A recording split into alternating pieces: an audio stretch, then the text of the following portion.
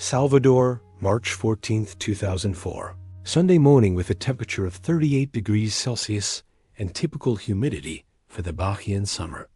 On Rua das Acacias, in the neighborhood of Itapu, the couple Antonio Ferreira, 58, and Maria das Gracas Ferreira, 54, disappeared without leaving any trace.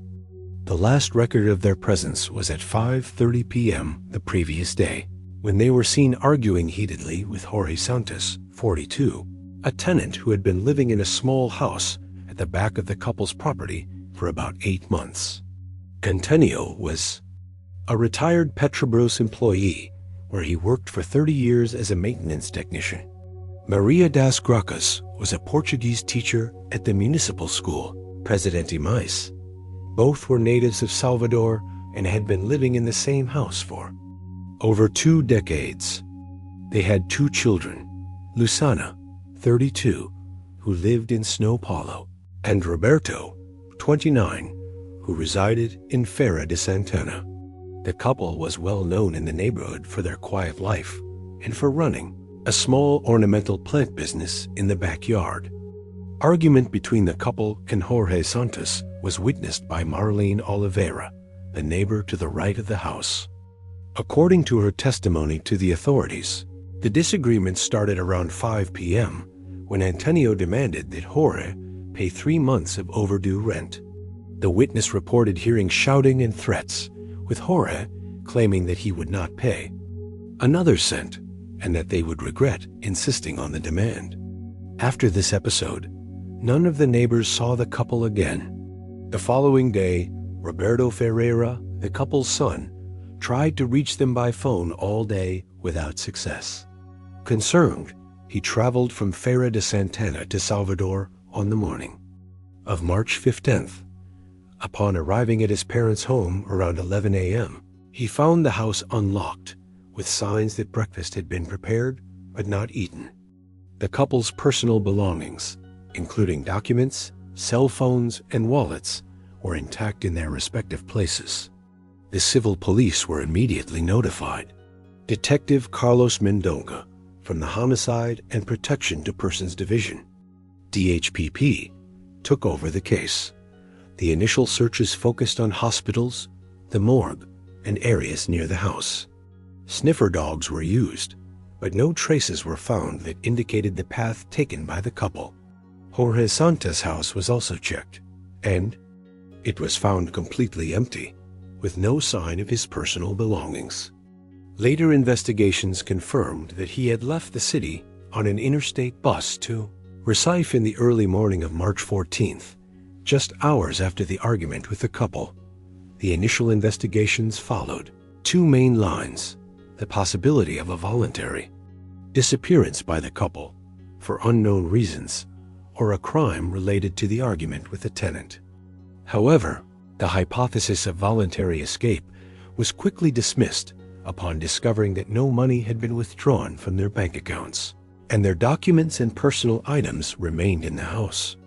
Detective Mendonca conducted a thorough background check on the tenant. Jorge Santos had introduced himself to the couple as a sales representative for a cosmetics company. However, documents found at the rented house revealed a false identity. His real name was Marcos Paulo Silveira, 45, with a criminal record for fraud and assault in 3 different states: Bahia, Pernambuco, and Alagoas. Neighbors reported that Jorge, or Marcos, often received late-night visitors and maintained a discreet behavior, avoiding prolonged contact with the local community. Marlene Oliveira, the neighbor who witnessed the argument, informed the authorities that she had noticed strange movements at the back house, including the transportation of large objects during the night. Testimonies from other residents revealed that the relationship between the couple and the tenant had deteriorated in the weeks leading up to the disappearance. According to Jose Pereira, a neighbor who lived across from the house, Antonio had mentioned that he suspected Jorge was involved in illicit activities and was planning to demand his immediate eviction from the property. The search for Marcos Paulo Silveira intensified. Security cameras at the Salvador bus station confirmed his departure for Recife, but once he arrived, his trail was lost. The Pernambuco police were contacted, but they were unable to locate him at known addresses or among his previous contacts in the region. After 3 weeks of investigation with no significant progress, the DHPP decided to conduct a thorough resweep of the couple's property. On April 7, 2004, a team of criminal experts, police officers, and 2 cadaver-sniffing dogs returned to the house. During this second inspection, the dogs showed particular interest in an area near the external bathroom of the property, built in the backyard to serve the rental house. The bathroom, a simple structure of about 2 square meters, had a small wooden ceiling. Despite no visible structural changes, the police decided to check the space. False leads emerged throughout the investigation. One came from a gas station on BR 324, where an attendant claimed to have seen the couple boarding a truck with plates from Minas Gerais on the morning of March 14. After reviewing security footage, it was determined that the couple in question had similar physical characteristics, but they were not Antonio and Maria das Graças. Another false lead came when a woman, claiming to be Maria das Graças' cousin, called the police, alleging that the couple was hiding on a farm in rural Bahia out of fear of retaliation from a loan shark. Subsequent checks revealed that the informant had no relation to the family, and her claims were completely unfounded. The inspection of the ceiling in the external bathroom revealed what would become the most shocking discovery of the case. After removing the wooden panels, the police found the bodies of Antonio and Maria das Graças in an advanced state of decomposition. The corpses were wrapped in black plastic sheeting, secured with wide adhesive tape, forming 2 distinct bundles that had been carefully placed in the narrow space. The initial forensic examination at the scene identified blunt force trauma to the cranial region of both victims, suggesting they had been struck with a heavy object. Dr. Eduardo Sampaio, the medical examiner responsible for the autopsies, determined that the deaths were caused by cranial trauma, likely occurring on the night of March 13th or the early morning of March 14th.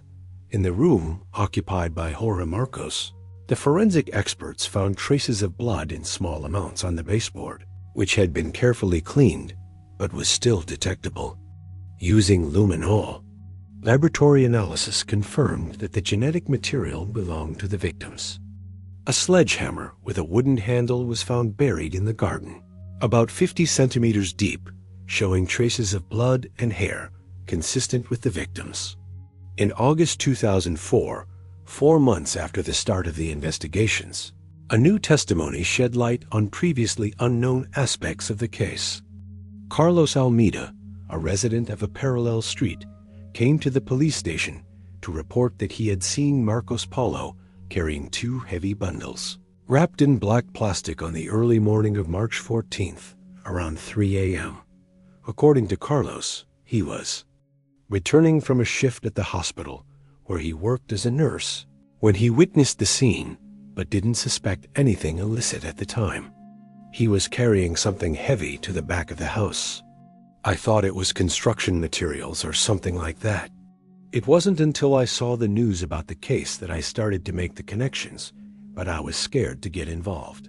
Now I feel like I need to speak, Carlos stated in his testimony. Another crucial testimony came from Amanda Silva, Marcos Paulo's ex-partner in Recife. Located by the police in September 2004, she revealed that Marcos had arrived at her house visibly disturbed on the night of March 14th. According to Amanda, he stayed only 2 nights at her home, spoke about a problem he had resolved in Salvador, and left saying he was going to Mato Grosso. Amanda also revealed that Marcos confided in her that the couple had discovered his true criminal past and threatened to report him to the authorities, which had motivated his desperate act. He said he couldn't go back to prison. He had already served time and couldn't handle going through that again. Amanda reported, with this new information, the police expanded the search for Marcos Paulo Silveira nationwide. His name was added to the Interpol's wanted list, as there were indications that he might attempt to leave the country via the border with Paraguay or Bolivia. In December 2004, a lead emerged in Cuiabá, Mato Grosso. A man with physical characteristics similar to Marcos was seen working as a security guard at a commercial establishment in the city center. When the local police arrived, the suspect had already left the job 3 days earlier after requesting his payment in advance, citing a family emergency. During 2005 and 2006, several anonymous tips pointed to possible locations of Marcos in different Brazilian states, but none of them panned out.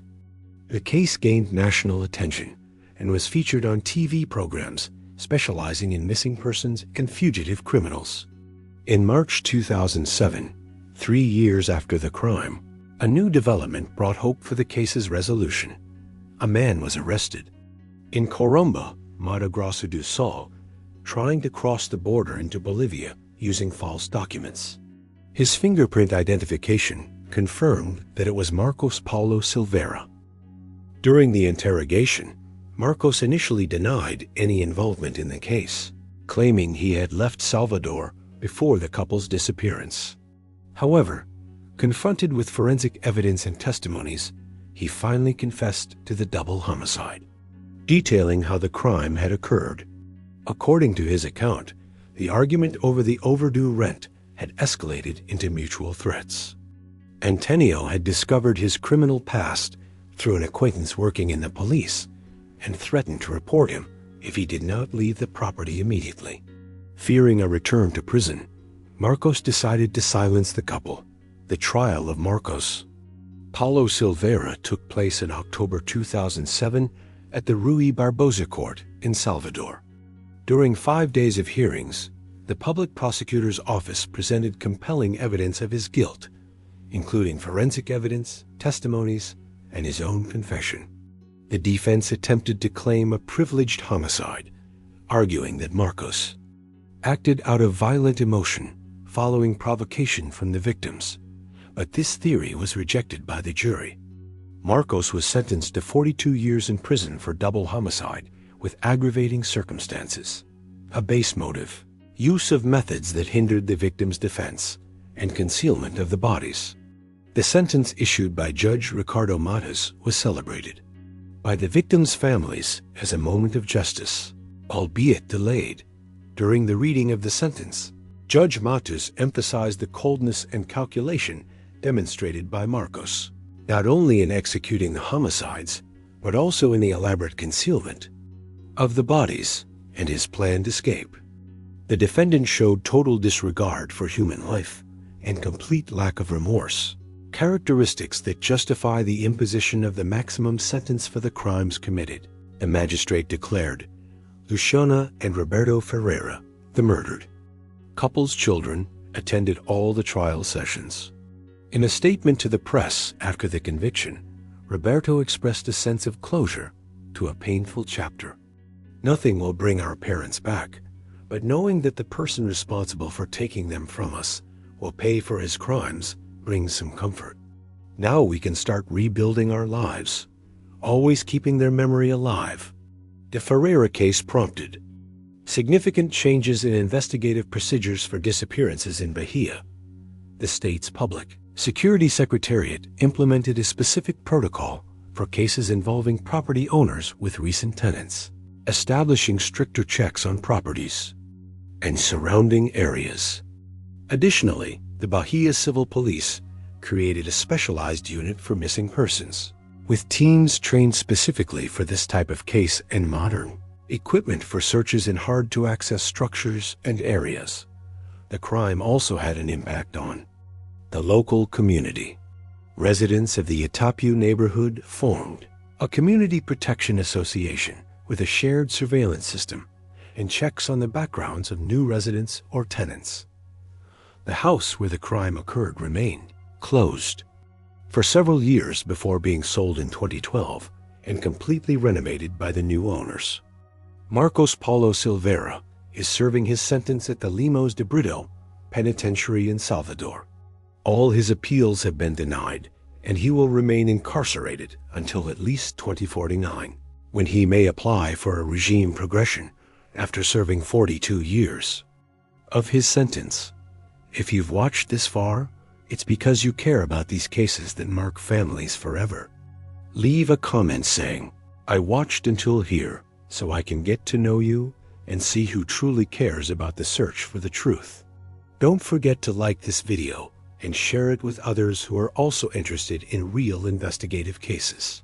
Every share helps keep the memory of the victims alive and reminds us all of the importance of justice, no matter how long it may take to be achieved.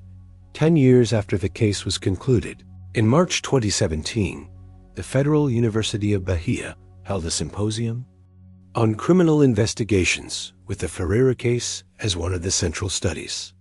Experts in criminalistics, forensic psychology, and criminal law analyzed the technical and psychological aspects involved in the crime and subsequent investigation. Dr. Claudia Montero, a forensic psychologist and professor at UFBA, presented a psychological profile of Marcos Paulo Silveira, classifying him as a sociopath with narcissistic tendencies. The case perfectly illustrates how individuals with this profile can maintain an appearance of normality while planning and executing violent actions without showing any empathy for their victims, the expert explained. Retired at the time of the symposium, Chief Carlos Mendonca participated as an invited speaker, sharing the challenges he faced during the investigation. What made this case particularly complex was the meticulousness of the criminal in hiding the bodies and erasing evidence. If it weren't for the persistence of the team and the use of tracking dogs in the second sweep, the bodies might have remained hidden for much longer, he reported. The couple's children took different paths after the tragedy. Luciana Ferreira became a psychologist, specializing in assisting the families of victims of violent crimes. In 2015, she founded the Antonio y Maria das Graças Institute, a non-profit organization that provides psychological and legal support to families facing similar situations. Roberto Ferreira, on the other hand, joined the Bahia Civil Police in 2009, motivated by his experience with his parents' disappearance. He currently works at the same DHPP that investigated his family's case, dedicating himself especially to missing persons cases. The property where the crime took place, after being completely renovated in 2012, was transformed into a temporary accommodation house for the families of patients undergoing long-term medical treatment from the interior of the state. This initiative came from the new owners, who decided to give the site marked by tragedy a new purpose. In 2020, the case was featured in a documentary produced by a streaming platform titled Buried Secrets: The Ferreira Case. The production included interviews with investigators, family members, and forensic experts, reconstructing the timeline of the crime and investigation in detail. The documentary also addressed the flaws in the criminal background verification system that allowed Marcos Paulo Silveira, using false documents, to rent a property without raising suspicion, even though he had previous run-ins with the police. This discussion contributed to the development of a state law project aimed at creating an integrated database for landlords in Bahia.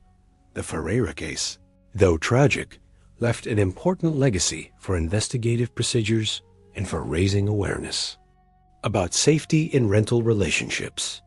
More than a solved criminal case, it became a symbol of the importance of persistence in the search for truth and justice, even when all hope seems lost. As Luciana Ferreira said in an interview, 15 years after the crime, the pain never completely disappears, but transforming it into something that can help others gives meaning to the suffering. My parents were always people who helped others. Continuing that legacy is the best way to keep them alive in our hearts.